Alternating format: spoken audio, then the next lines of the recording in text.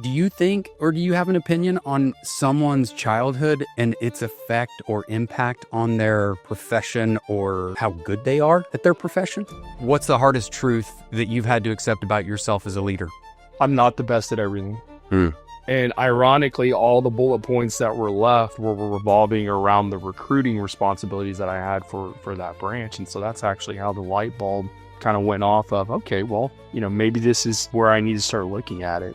Could you assign a cost of organizational misalignment? The costs are everywhere. Yeah, it's going to affect your revenue. And here's why, though. It's not immediately revenue. It's a domino effect. How do you know you're hiring the right person?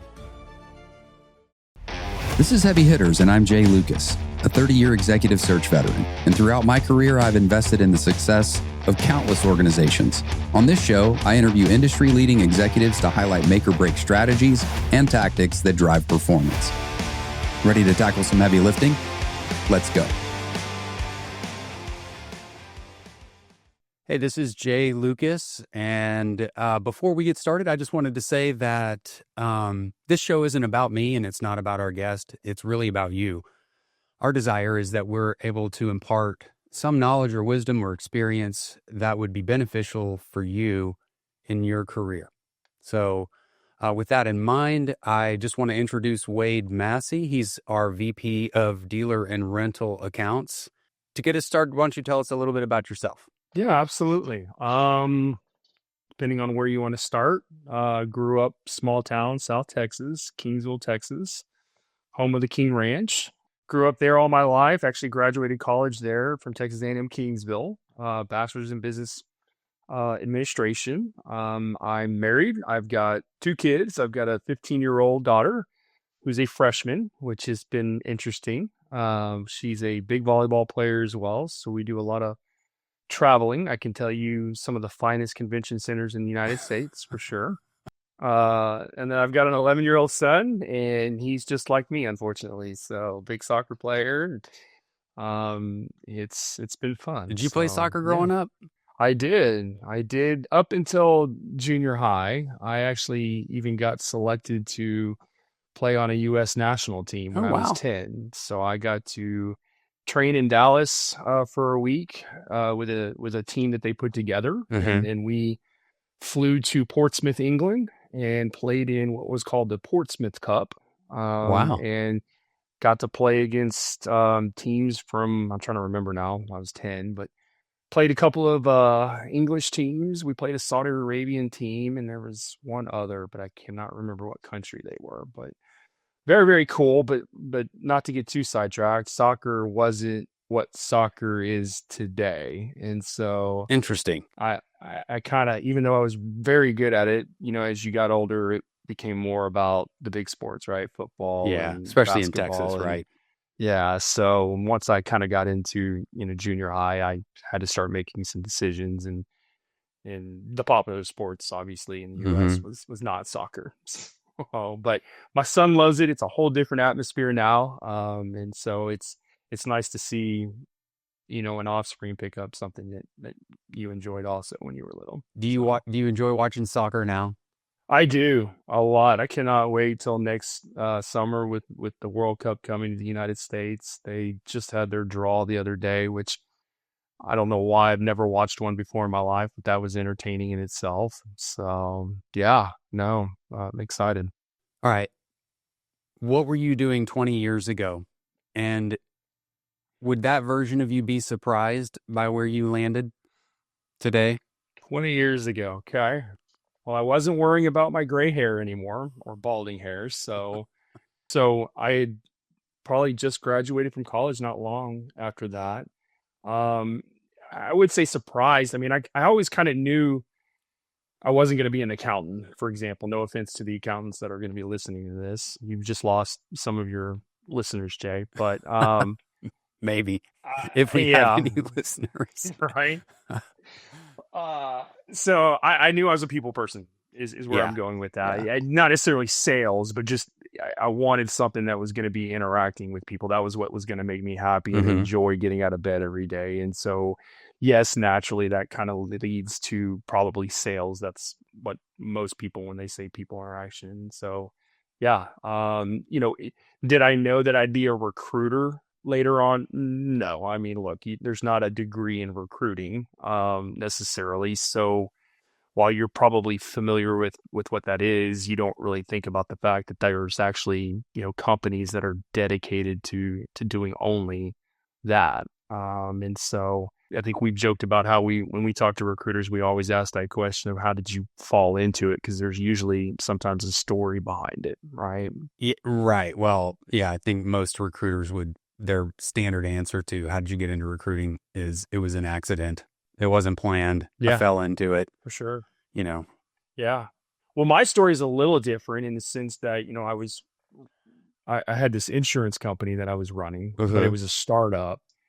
And so I had built it up from, I think we had 4 people working out of that branch when I took over. And I think we got to 20 to 25 agents out of that branch. I remember taking over. It was a little unexpected, but my regional director, I asked him, I said, mind you, I'm 28 years old, if that, trying to do the math, maybe 26 years old. Right. What do I do, Mike? What's the first thing I need to do? And he goes, you need to recruit.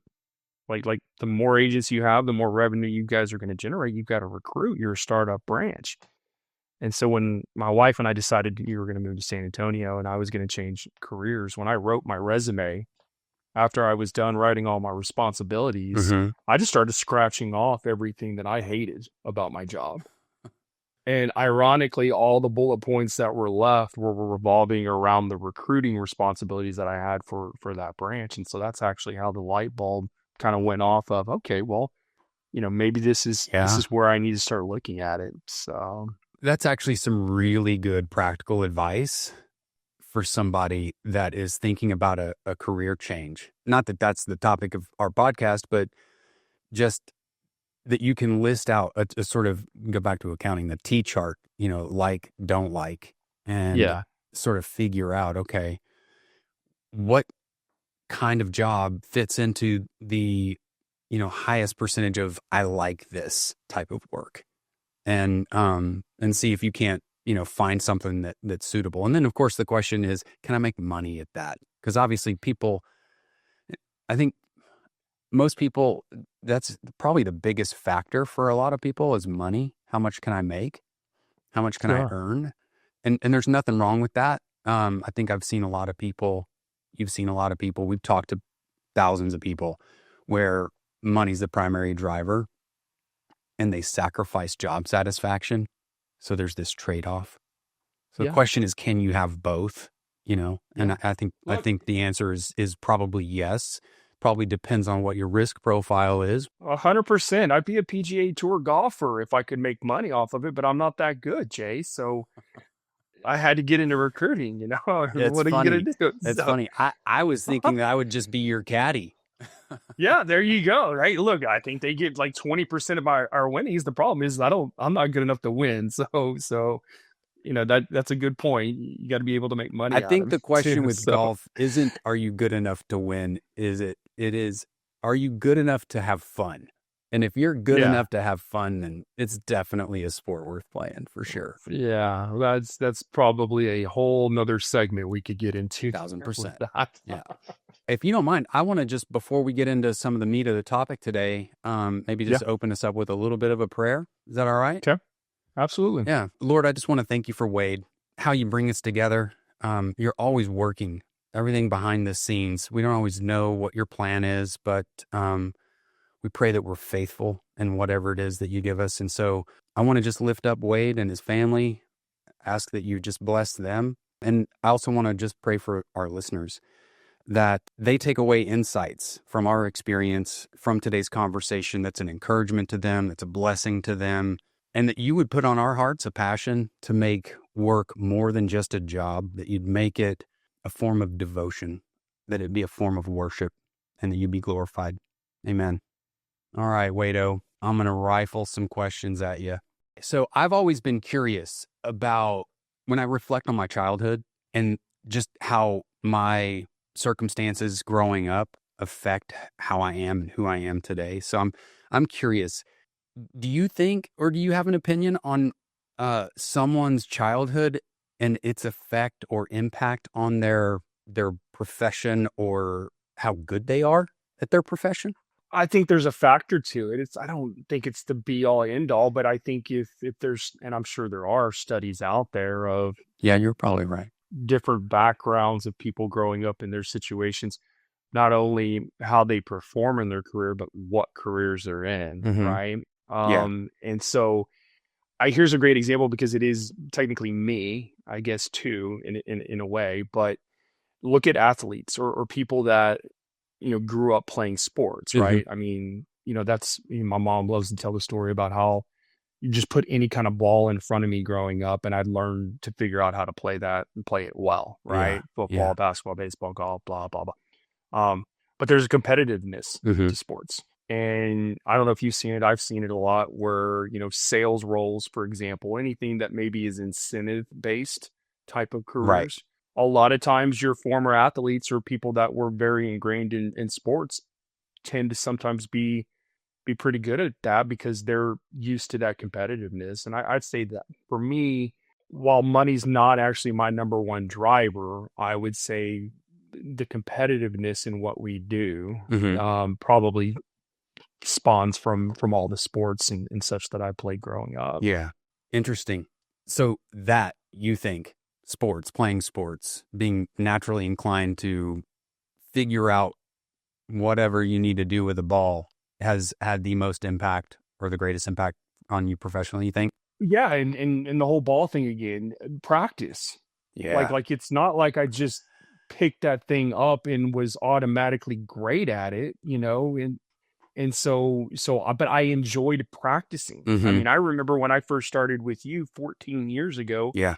I don't know if you remember this, but that first 2 months that I started working for you, I purposely made myself stay, not every night, but a lot of nights till 7, 8 o'clock at night, making phone calls and so forth. Part of it was just because I was trying to learn all of this on the fly. Yeah. And that's repetition and that's the practice. But again, that's what I've grown up being used to, I guess, which is interesting the practice because piece. I remember early in my career, there were times when I was starting something new. Maybe I've been in recruiting, but you go through these phases of development, and there's always, anytime you start something new, it's a little bit awkward. And if you're someone who wants to be excellent at something and is accustomed to doing things that you're good at, it's always frustrating. But that frustration is a motivation. It's a driver. Yeah. All right. So we talked about sports, but I'm kind of curious. How much is sports really just rooted in your genetic predisposition to be competitive, to be good at something? Well, yeah, I mean, 100%. I mean, rephrase your question. So, I mean, it's a lot, I guess, is the answer on how much. So maybe it's not childhood, I guess is the point I'm making. And maybe it's just that you're predisposed to be competitive. Is that a genetic probably thing? Is that a lottery ticket? Yeah. My mom is the exact carbon copy of me, believe it or not. You would think it's my dad. That's what's funny. Like you line us up, against the wall, and you'll see my dad up here this high. Yeah. And you've met spitting my image. Yeah, and, for sure. Yeah, and I am. I look just like him. I talk just like him. On his height. Well, he's actually a little taller than I am. And then you have my little old mom over here who's like 5'3", right? And everybody, when they ask me, "Oh, where'd you get your athleticism from?" They immediately will assume it's my dad. My dad was the band player growing up. He was the ag boy. He was not a sports person at all. It was actually my mother who played all of the sports. Yeah. But she is probably more competitive than me at times, which is irritating as a son. But yeah, when you say genetics, that's the first thing that kind of comes to mind is where did I get it from? I pointed it at her for sure. Yeah, there's probably a genetic piece to that too. All right. What's the hardest truth that you've had to accept about yourself as a leader? I'm not the best at everything. So, and this is just in general with leaders, they need to understand, you've heard the phrase, surround yourself with people that are better than you, right? But, you go back to the whole nature of wanting to be the best at everything. And then you get into real world scenarios here in life and career. And then mainly when you get into more of a leadership role, you don't want to be the best. You want others to be the best. Yeah. From a leadership standpoint. Yeah. And so that transition of being the best insurance sales agent to now having to run that branch and not be able to be the best sales, you have to get somebody else to be the best. That's a transition in itself from an individual contributor standpoint to a leadership standpoint. I think our insecurities can sometimes, like, if we think we've got to be excellent at something, we've got to be the best at something. Sure. I don't know, unwillingness to want to admit that that's just not something naturally we're going to be good at, and that it's okay to bring somebody in that can shore that up. And actually, that makes work a lot more fun, because if you're naturally not good at it, then it makes it work, Yeah. And to have somebody else kind of, come alongside you and shore up those gaps and help you, really take it to the next levels is pretty awesome. But we have to kind of get out of our own way sometimes before we can do that. Yeah. And there's a client that I work with, you talk about core values and so forth, but from a hiring perspective, almost all of these managers tell me this from this one same company, and that's self-awareness and it's humbleness. Yeah. They look for that when they're hiring. And that's, to me, that's a leadership quality that you have to have. So for whatever that's worth, but yeah, that's my take.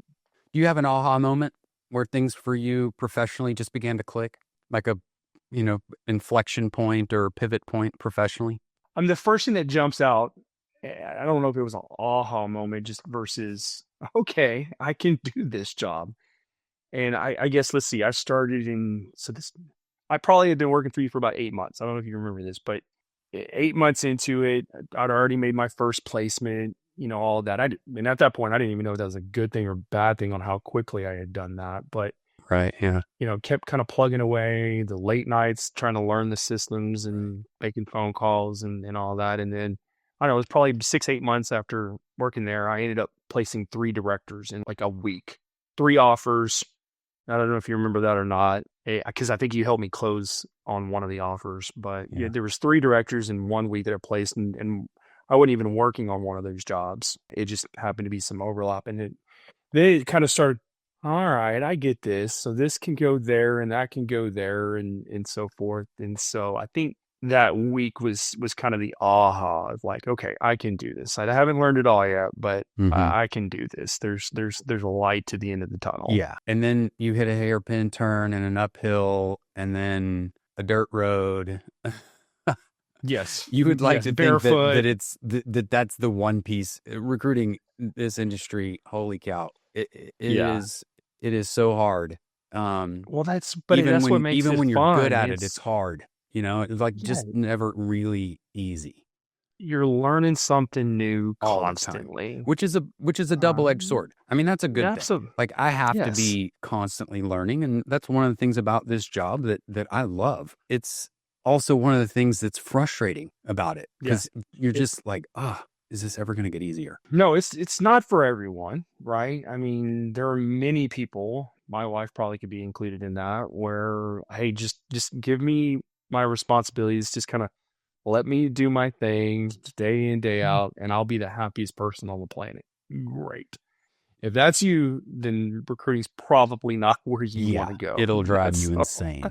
I think you used the phrase about that same time about the garage. Do you remember your garage analogy? Yeah, I'm a metaphor guy. Yeah, you said, Wade, here's what you got to think about getting into recruiting. It's like a garage, and you just moved into this house, and there are boxes everywhere. And he says it's just going to take time. You have to kind of just slowly kind of start putting all the boxes in the right place. And that just takes time. But that's a great analogy. And it's true. It's true with everything, not just work. It's not just recruiting. Yeah, for sure. If you could do any job at all and money wasn't a factor, what would you do? All right. So I've joked around with it with my wife. I would love to do nonprofit, honestly. Really? Yes. I don't know is the answer, but I love helping people. And I know that sounds stupidly cliche, but I do. That's what I like about recruiting is I'm helping people, both candidates and clients. And that's where I get my thrill. It's not the money, it's not the commissions, it's just that feeling of success when this candidate who's been unhappy finds this awesome job and you were the one that helped them find it. And so, I look at that really from a nonprofit standpoint, and I would love to do that. I just, I don't know if the money would be there for that, unfortunately. For sure. And so, is that something we do it on the side? We do it every quarter, as a team. Yeah. Do you remember when we were sitting down and we were going through, we just started traction and we were really in our first couple of days. So we were setting vision. Okay. Vision 1 and Vision 2. Mm-hmm. And we were trying to figure out, well, what is our mission? You remember we really wrestled with that for a really long time. I You mean, would think like it's the it seemed like it easiest answer lasted in the for world. 3 hours. We debated. Yes, we got hung up. Yes, we got hung up on that forever. Yeah. And the one thing that was consistent across all of us that we just, couldn't quite put into words was we love helping other people. Yeah. All of us. Like that's our passion. We just happen to be recruiters. Yeah, that's interesting. I like cooking for people. Yeah. I don't love want to to own cook. a restaurant necessarily because it will consume you. It can consume you. But I love cooking for people. Just Me too. serving, making people happy. That's restaurant too. Yeah. Let's see here. I got a couple other questions. If you had to choose respected versus liked, which would you pick? Respect for sure. The thought process behind that would be, and again, this is probably just my opinion, but I don't think you have to do a lot to be liked. But if you're respected, then it typically means you've accomplished something, you've done something that other people admire, right? About you. Yeah. And I think it says a lot about, who you are as a person. Mm-hmm. I don't think there's a right or wrong answer, but I would say respected. Yeah. It's my choice. Yeah. If you could give only one piece of advice to every new manager, new leader, newly promoted, what would it be? New manager, huh? You don't need to be the smartest person in the room. Okay. So don't try to be. Learn to delegate. That's a tough one for a lot of people. Yeah. Because again, that transition's tough. It is. And it goes back to what we mentioned earlier. I mean, a lot of people are promoted because they were probably doing a good job in what they were doing as an individual contributor. And it's really hard to let that go. And not everybody can make that transition. We see it even in the industry we're in now with recruiting. And so, yeah, you learning to delegate is going to be crucial. This is an impossible question. One piece of advice. I mean, seriously, how about top 20, Right? There's so many. Yeah, I mean, just as you're answering the books behind you about it all. You see what I'm saying? Yeah. The viewers can't see that, but I know because I know I'm what's wearing right there. clothes is the scars I have from all the mistakes that I've made. Oh my gosh. Right. So Well, many. and that's the thing. Just be prepared. You're going to make mistakes, and how you handle that though, too, right? Is it because there's a lot of managers out there that don't want to be wrong. So they know they made a mistake, but they don't want to act like they made a mistake. And this goes back to that whole humbleness thing that I was talking about and self-awareness thing I was talking about, where good managers will admit, hey, I screwed this up. Yeah. My bad. Yeah. And I think they've learned to harness that insecurity that makes you want to hide that stuff, Right. Because if that insecurity is it's an obstacle, it's a barrier. Yeah. And so a lot of people just don't want to address that. It's the monster under the bed, As soon as you lift the bed skirt and realize there's really nothing to be afraid of, that's when real change starts to take place for sure. Yeah, for sure. This is an interesting one. What do you do when you're not working that makes you better at your job? When I'm not working, Mm-hmm. I mean, I do some reading, but I'm not going to sit here and say I'm a avid reader Right. of leadership books or anything like that. That's just not my forte. I mean, there are videos and things that I do, but I'm a sports guy, so I'm going to default to that, Jay. And I've played golf since I was 12. Mm-hmm. I still play it today. Mm-hmm. And a lot of people are probably rolling their eyes and I'm bringing golf back up again. But it's an individual sport. You're trying to beat yourself. Okay. And I think you can translate some of that into the real world, into your career. Right. And so I've never been kind of the person that in this career anyways, I'm all about competing against somebody else. That's just not me. I get my thrills and kicks out of beating myself. Yeah. If that makes sense. Right. And golf is a lot like that. Yeah. Every time I go out, I'm not trying to beat who I'm playing with. I'm trying to beat my last score that I just, shot the other day or previously or whatnot. And it's one swing at a time. It is. It's a whole mental game aspect to it, patience. It's a one shot at a time. And so, I don't want to be the sports analogy guy, but there's a lot of overlap in that specific sport versus that can translate into your career. So we'll just say that. All right. So I didn't start out this show by sort of laying a foundation around the topic. So thanks for going through those. Those are fun questions just because hopefully it gets people thinking. Topic for today. You have some unique experience given your profession. I'm in the same boat.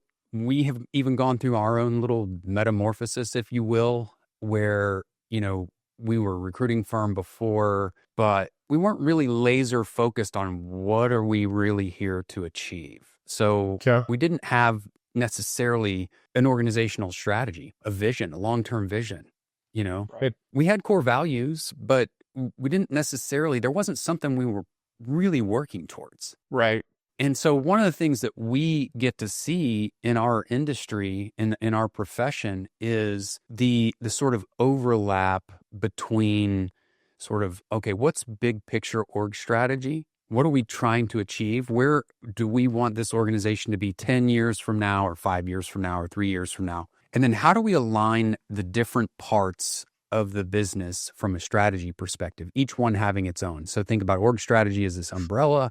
And then you have talent strategy and sales strategy and marketing strategy, et cetera. So I kind of want to focus in on the disconnect that you see or the connection, if you will, of organizational strategy and talent strategy. So that's really a topic. Hopefully, people will walk away with a little nugget here or there to help set the foundation of the conversation. Like if you had to go back and think about all throughout your career, how many client and job seeker interviews that you've done or that you've conducted, how many would you estimate?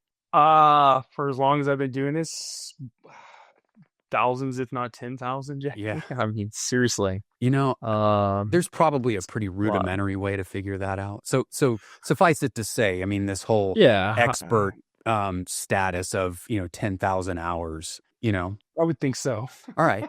So and again, I could take my clothes off too and show you the scars. Yeah. Right. Okay. So with that in mind, if you think about companies that fail in aligning talent strategy with organizational strategy, where does that go wrong for most companies? How does that go wrong? What's your take on that?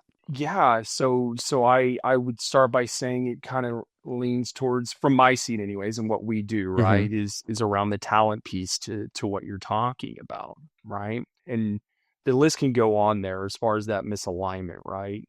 So you've got your strategy.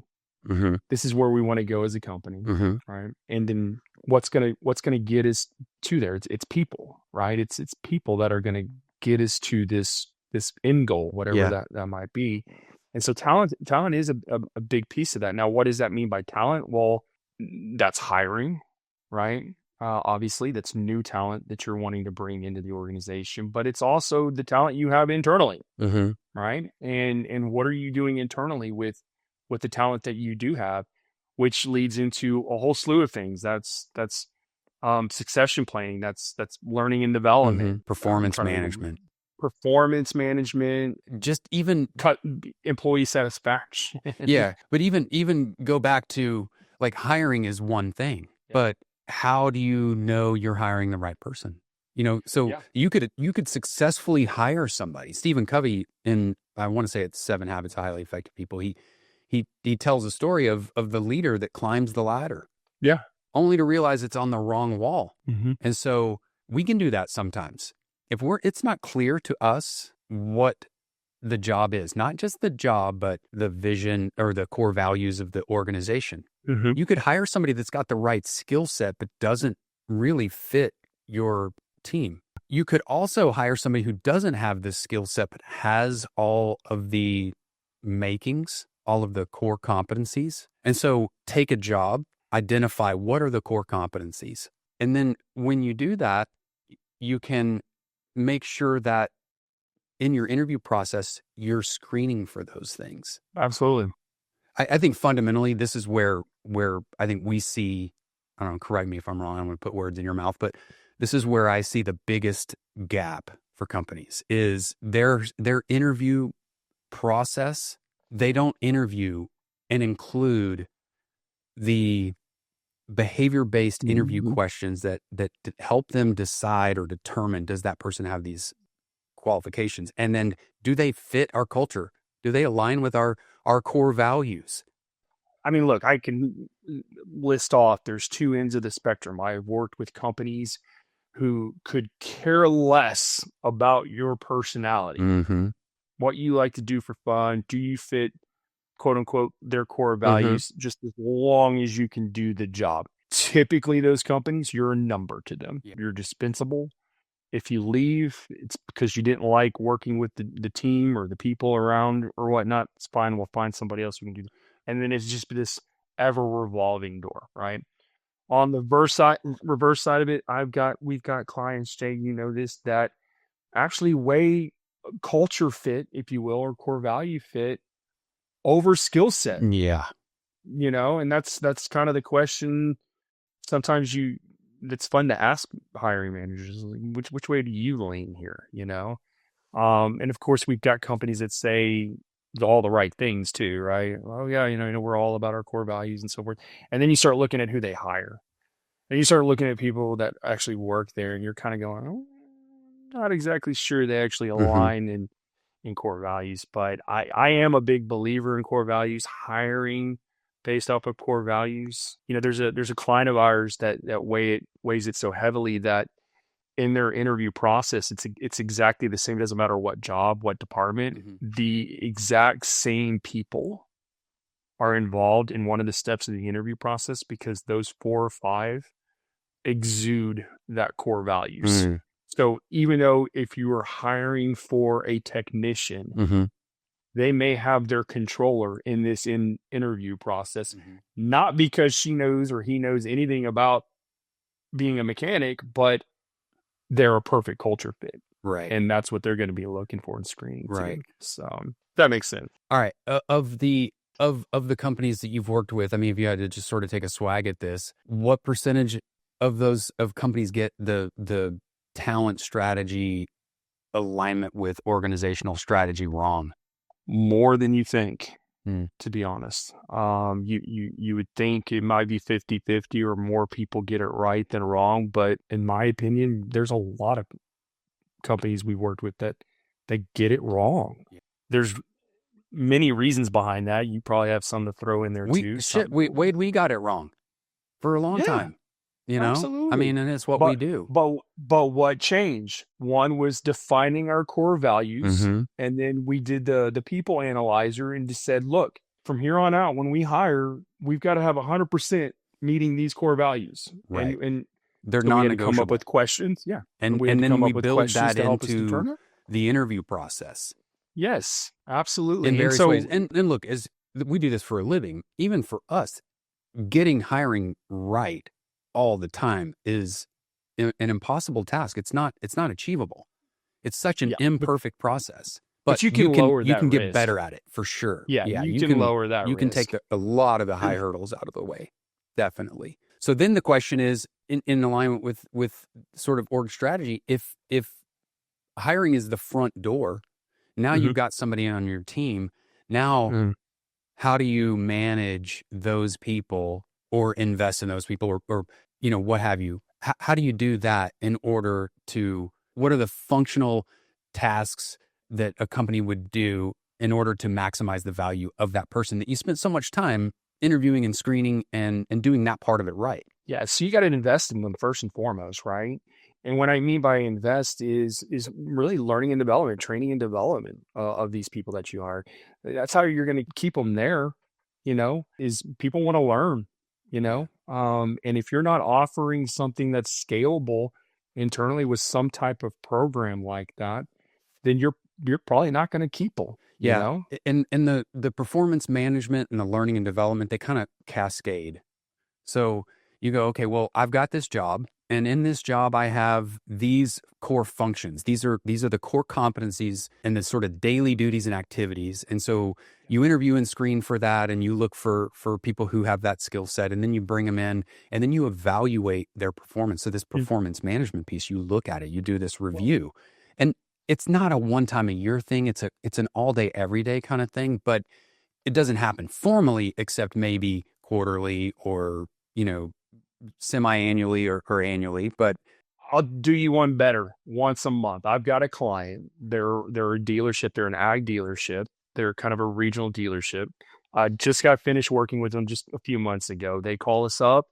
They're looking for a new branch manager for one of their dealerships. The previous branch manager, unfortunately, his commute was just too long. So it's not like this guy was leaving a mess or Right. anything like that. Yeah. And so my favorite question to ask when I'm talking to a hiring manager, right, about the job and trying to get, kind of a feel for what they're looking for, my question is, all right, you guys hire somebody. How do you know if they're doing a good job or not? Walk me through that. Yeah. Right. And of course, the immediate answer for anybody that's in leadership listening to this is going to be something around KPIs, right? So there's metrics that are going to be involved. And the list can go on and on. Revenue, blah, blah, blah, right? I asked this owner that same question, and I was expecting kind of the generic, response of KPIs, and that wasn't his first answer. And don't get me wrong, I mean, that's part of how they evaluate. Sure. He said the number one way that we know that this branch manager is successful is I drive out, I make a point once a month to go to every single one of the locations. And of course, they've got 6 or 8 locations. But he goes once a month as the owner, and he goes and just visits these dealerships. And he says, while I'm there, I talk to everybody that works there and indirectly ask them about their employee satisfaction, if you will. Like, are you enjoying what you're doing? Are you happy? Yeah, just connect. He's not specifically putting the branch manager on the spot necessarily of, hey, is your boss doing a good job? It's not like that. Right, It's just, hey, how are you doing? Right. Are you enjoying what you do? But if they are, then they know that branch manager is doing a good job. Because if not, they'll bring it up, right? I mean, that's just the law of humans is when they're upset about something, they'll bring it up. But I thought that was an interesting answer. That was his first answer. Yeah. He's like, wait, don't get me wrong. We have numbers and we'll keep an eye on that. But that's not honestly our number one way that we, figure out whether or not somebody is successful in the role, which is your performance management piece that you're talking about. So I thought it was interesting, really cool. Yeah. I'll add to that.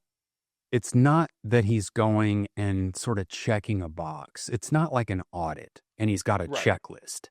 The distinction is he actually cares. He's trying to create an environment and a culture where people can thrive, and he's not afraid of the truth. So walking around and just observing is a great way to get a feel for how are things going. And then you got to make it okay that it's not perfect, but it's your starting point for the next iteration of improvement. Well, and on the talent management piece too. I mean, he's out there, right? He's seeing these departments, right? He knows the numbers, like he knows that walking in there. He doesn't have to have those or ask about those. But he's going to be able then to kind of get a feel of, do we need to hire, right? Do we have the right people in the right seats, if you will, by kind of asking or just checking in with those dealerships. So yeah, for sure. Did we talk about why companies get this wrong? Did we talk about that? Why so many people get this wrong or companies get this wrong? The whole, alignment. Indirectly, what it is what is it? There's an out of touch from leadership in the business itself sometimes. Right? They're looking at it a lot of times from a number standpoint, profitability, revenue standpoint, whatever the case may be, but they don't really know what's going on actually in the business. And so these guys are up here thinking stuff up, which they should be doing. I mean, that's their job from a strategic standpoint of where does the company want to go? Yeah.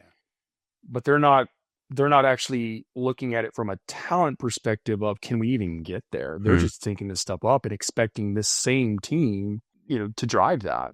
And if they're not in the business understanding, what they've got, then there's your disconnect a lot of times. You know?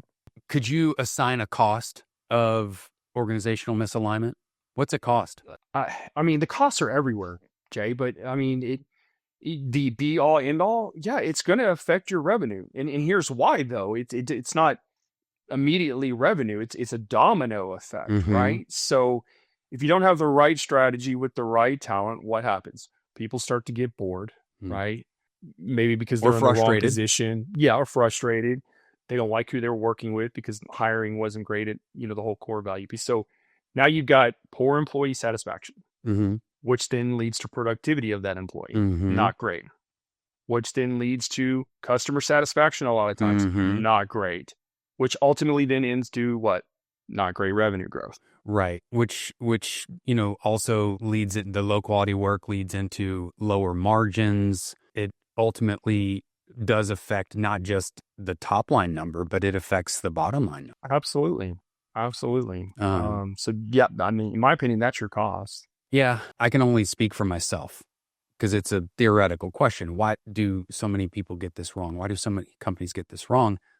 And I think the answer is, some businesses, they're successful in spite of themselves. I mean, they make money despite not being a great business. So what incentive do they have to try to get better? The second is, when your business owner or your executive is using the business as a supporter of their lifestyle, their country club, their fishing habits, their golfing habits, their hunting, their vacationing, etc. When that is really central in the mind of the executive, that will be a huge impediment for focusing on people. Because so really, maybe even boil it down to the lowest common denominator. It's how self-centered is your leadership? Is leadership's focus on self or on others? And if you care enough, then you figure it out. You invest. You get out of your comfort zone. Well, and it's not sustainable. I mean, you can No, it's have how many clients do we have that are blowing it out of the water when we talk about, revenue and so forth, because they've got a great product or they've got a great service. It's unique. It's new to the business, whatever. Despite themselves, it won't last. We know that. We've seen it 1,000 times. It's not sustainable if you're not building a good culture with the right people, the right talent to sustain that. And if not, it will it will go downhill quickly too. So does strategy drive talent decisions, or does talent drive strategy? yeah. So That's like a 6-pack of beer on the back patio, pondering life looking up and, at the the meaning of stars kind of life. question. Yeah, right. All right. The political answer is it's both. Okay. Okay. Now, personally, I'm going to lean towards strategy driving talent, right? So I personally believe you've got to have a clear vision with a clear strategy. And then from there, you either develop internally the talent you already have, Mm-hmm. or you go out and hire. Now, with all of that being said, I'm going to spin it on you. And this is why I'm going to say it's both. Okay. Is because if you have the right core values, the right culture, and you hire to that, then usually you have an environment that allows your employees to think freely. Mm-hmm. And what happens then is, even though you've hired or you've developed these people to drive towards this direction, this strategy, that culture might actually come about where they actually start to see other ways of driving new revenue streams. If you have the right talent and the right culture. If you don't, and you don't have that culture of out of the box thinking, or just even just the freedom to think out of the box a lot of times, Yeah. then great, you can get to this goal. But that's why I'm saying it can be either or, because you can have talent drive strategy based off of their skill sets and what they can do, right? Mm-hmm. Which drives just new revenue, new streams of revenue. Sure. So I look at it as probably it can be either or, but me personally, I would say strategy first. Yeah. Where do we want to go? And then do we have the right people to do that? And then if not, what do we need to hire for? Right. It's funny. We're sitting here and we're talking about this, and I'm having this sort of epiphany that we talk about talent, and I think instantly we go to what that person is capable of achieving or accomplishing. I think the heart of a person is really the bigger differentiator. That is, what do we really want to do? Do I want to serve and benefit other people? Is my motivation to make the world a better place? To, at my funeral, desire to have thousands of people come and celebrate my life? Is that my motivation? Or is it he who dies with the most toys wins? And so maybe talent starts with, what's the internal motivation? How self-centered is that? Or others-centered is that? And I generally find the more others-centered people are, that then leads, that's like the base ingredient for real talent, Yeah. But too much of a good thing isn't good. I mean, obviously you have to be mindful of a bottom line. You can't just lose all the time. You can't just, throw the race, so to speak. Well, let me give you a quick story. All right. On the whole talent and strategy piece to it. Right. Mm-hmm. So we have a client, very large dealership, Mm-hmm. construction equipment mainly. Mm-hmm. All right. And they have in my opinion, a great culture. They are one of those companies that really kind of live and die by their core values when it comes from a hiring perspective, but then internally as well, there's not a lot of turnover. Yeah. They've got a great training and development. And I got to know this guy that works there many, many years ago. I think I know who you're talking about. Yeah, he was their audit manager, right? And he's your typical CPA, right? So he got his bachelor's in accounting, he got his master's in accounting, he got his CPA, he did his 2 or 3 years in Big Four. Yeah.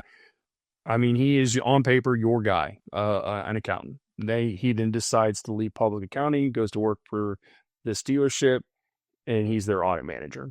Did a little bit of recruiting for him. One day we're having lunch. He'd been with the company now for a couple of years, I guess. And so he's got 4 or 5 years of professional experience at this point. Yeah. Yeah. All in accounting and audit. And he drops this bomb on me at lunch and he goes, Wade, I just figured I'd let you know that I'm looking to get out of accounting. And I'm kind of looking at him going, well, Tim, I mean, are you asking me to help you find a new job? What are you trying to tell me here? And he goes, no. He goes, I really want to get into operations. And I'm like, you're an accountant, dude. Like, this is what you paid money to get educated for. Now you want to get into the operations side of the dealership? Like, okay. And I said, all right, well, how can I help? And he goes, you don't need to do anything, Wade. I'm like, okay. He goes, it's all set up. And I'm like, what do you mean? He goes, well, I went to our learning and development team. I explained kind of my, not frustration, but the fact that I'm not happy in my job anymore.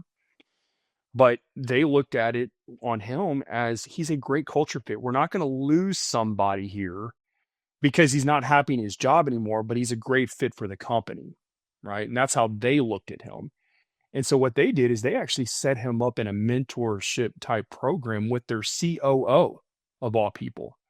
And this COO, I mean, think about him running this $1 billion company at the same time, is spending twice a month one-on-one with this audit manager talking about operations, basically grooming him so that when the right opportunity, so that when the right opportunity came about, he could make this transition. They didn't want to lose him because he was unhappy with the job that he was in.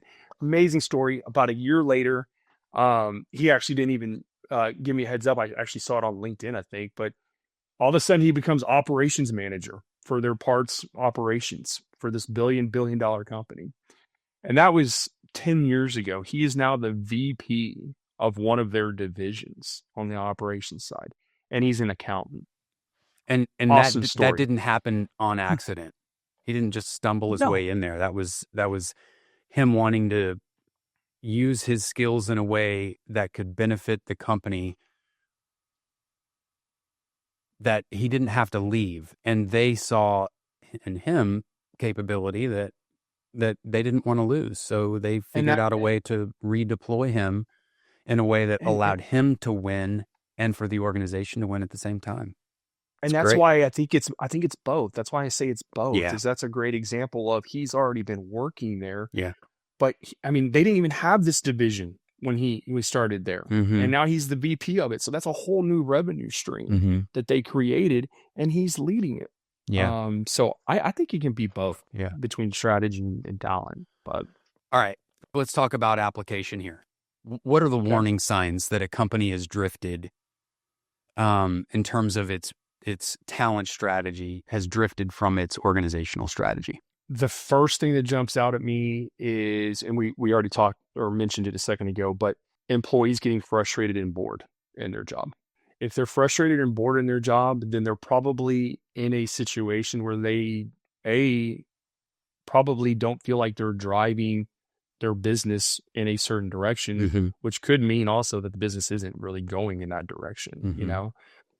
So employee satisfaction, of what, the employee, they leave, right? I mean, turnover. They leave, right? Turnover. So that's kind of leads into, so it's high turnover, a revolving door, for example, of people coming in and out, which is ultimately really more about them not being happy in the job that they're in, or frustrated or bored, or whatever the case may be. So that would be the first telltale sign for sure.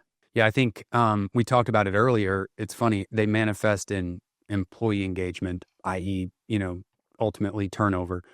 Also customer satisfaction, because the more disengaged the people are and the more turnover you have in your staff, the customer begins to experience that.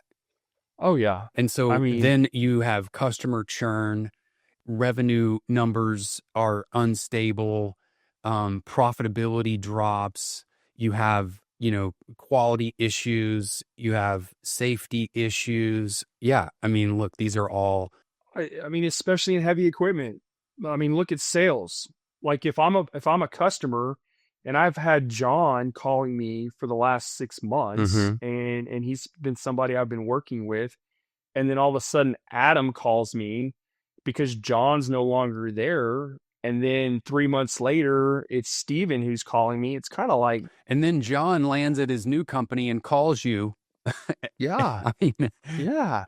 Yeah. That's the customer churn piece, for sure. Customer satisfaction. Yeah. Awesome. Well, look, we've been at it for an hour. I think we've clawed through some pretty good details. That went by fast. Yeah, I know. It sure did.